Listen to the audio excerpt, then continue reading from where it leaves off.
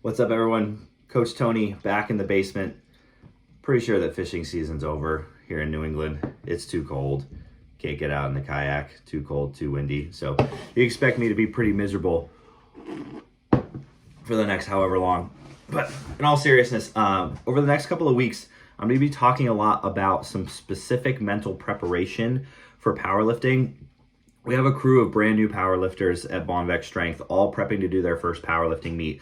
And one thing that I think is lacking in a lot of powerlifters' preparation, I've said it before, is their approach to the mental side of things. Plenty of people are plenty strong and work plenty hard in the gym to be able to achieve their goals, even if they're very lofty goals. But a lot of times their mindset and their mental approach holds them back, namely the anxiety that comes with competing. So athletes from all sports experience some degree of performance anxiety, and you have to train your mind to get around that. The best in the world, world champions, world record holders, they all get nervous. They all doubt themselves. They all have some degree of performance anxiety. But I do think the best ones in the world put in the time, put in the effort to work on it, just like they do with their physical training. So the first thing that I'm going to talk about is developing a routine in your lifts, in the 3 competition lifts, to help make training and competition as similar as possible. Because I don't think there's any sport where training and competition are more similar than powerlifting. You're doing the same exact thing that you do in training all the time. It's just the external environment is different. But if you can develop a routine that kind of helps you focus and makes things as similar as possible between training and competition, I think you can ease a lot of that anxiety and let yourself perform as well as you possibly can. So I think that developing a routine, a pre-lift routine, when I say pre-lift, I mean like when you're literally approaching the bar to squat, approaching the bar to bench press, approaching the bar to deadlift, literally moments before you execute the lift, that's when you need to start getting your routine down to help calm your mind, focus, and allow yourself to just do what you've done 1,000 times, to do it to the best of your ability. So I think routine comes down to self-talk, what you're saying to yourself as you approach the bar, what your eyes are doing, the visual gaze that you take, because most of the external environment that we take in is through our visual system, through our eyes, and then what you physically do with your body, the touch of your hands to the bar, what your feet feel on the ground, what the rest of your body feels. So there's a self-talk aspect, a visual aspect, and then a physical touch aspect. Now, I've talked about self-talk a lot. I've talked about focus phrases. Really, I think what it comes down to is developing some sort of short, punchy phrase that you can repeat to yourself over and over and over to help focus and drown out the negative self-talk. Again, I've talked about this 1,000 times. I believe in the power of focus phrases. They, I think, are so important because even to this day, after competing for 12 plus years, like I still have negative self-talk all the time when I go to do a heavy lift. I've just trained myself for my positive self-talk, my positive affirmations, and my focus phrases to scream louder than the negative self-talk. That's all it is. It's a shouting match, and whoever screams louder gets to occupy the space in your head. So you guys have probably seen the Bonvex Strength t-shirts with the attack, attack, attack on the back. That is my focus phrase for all 3 lifts, because I tend to do my best when I'm aggressive, when I'm taking kind of a hunter's mindset, a predator's mindset. I've said it before, I think about like a shark, like a great white shark, like breaching out of the water, like attacking a seal and then dragging it back down. That's the kind of killer instinct that I want to take to the bar. So my focus phrase to prevent me from saying negative things to myself in my head is just attack, attack, attack, attack.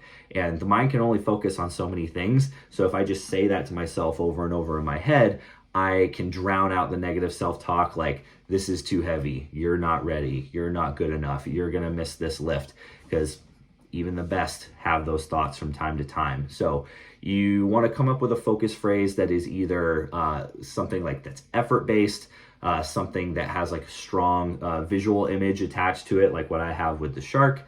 It can be something technical if you want, But I think that if we focus too much on technical cues, if we focus too much on what our body is actually doing, that can slow us down, that can detract from our performance a little bit. So I think it's better to have something a little bit more effort-based or something that is symbolic to you. So that positive self-talk, the focus phrases, that should be the self-talk aspect of your routine. Develop something that you say to yourself as you approach the bar and the entire time that you go through your setup. Next is visual. So for all 3 lifts, there's going to be some direction that your eyes are looking.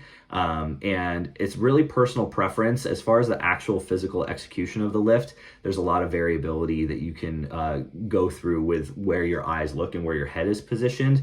Some is better than others, but I find myself not actually coaching head position nearly as much in any of the 3 lifts as what I used to. What I think is probably actually more important than the physical position of your head is where your eyes are looking. Again, because we take in so much information about our external environment through our eyes. So you want to pick something that limits distractions and something that can kind of like zero in your focus. I'll give you an example for when I squat. So when I get up to the bar, when I squat, I place my hands first, I place my feet under the bar, and I get the bar right up against my chest. So before I scoop under it, I kind of press my chest into the bar and kind of feel that bar press against my body. And what I do is I place my eyes directly on the center ring. We've got a Kabuki squat bar that has knurling all the way across in a center ring.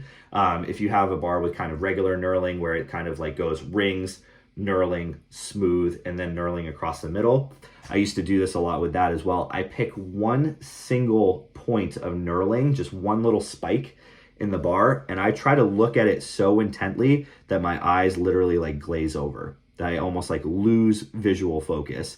And the reason for that is then once I back up and I scoop under the bar, my eyes haven't refocused yet. I'm almost like going into this like kind of twilight zone where I can't even take in the information around me. And that to me is a good thing because I'm easily distracted by people walking around, things going on at the other side of the gym. Where we used to have the gym, like the monolift was directly across from the front entrance. So if people were coming and going, that was distracting to me. So I developed this technique of just like literally looking at that center ring so close that my eyes go out of focus.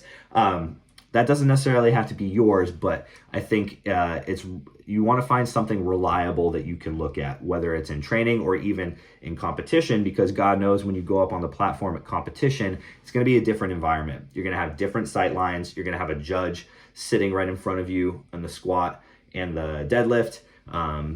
It helps to have something really consistent to look at, whether it's looking like down at the ground and picking like a little spot on the floor. If you're somebody who looks like kind of up and out, you might want to scout it out ahead of time and see like what the ceiling looks like and see if you can pick a spot on the ceiling to stare at. Just something to kind of get all that external stuff out of the way so that you're not distracted. So using your vision, something consistent in your vision that can help dial in your focus and drown out that visual noise that goes on around you. And then finally, physical touch. So our hands are always our first connection to the bar. So I think it's important to have a routine about the way that you set your hands and the order in which the rest of your setup occurs.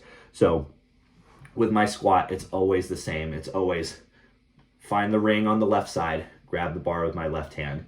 Find the ring on the right side, grab the bar with my right hand. Push my chest up against the bar and feel the bar press into my body. I just talked about this during the setup as far as my visual goes.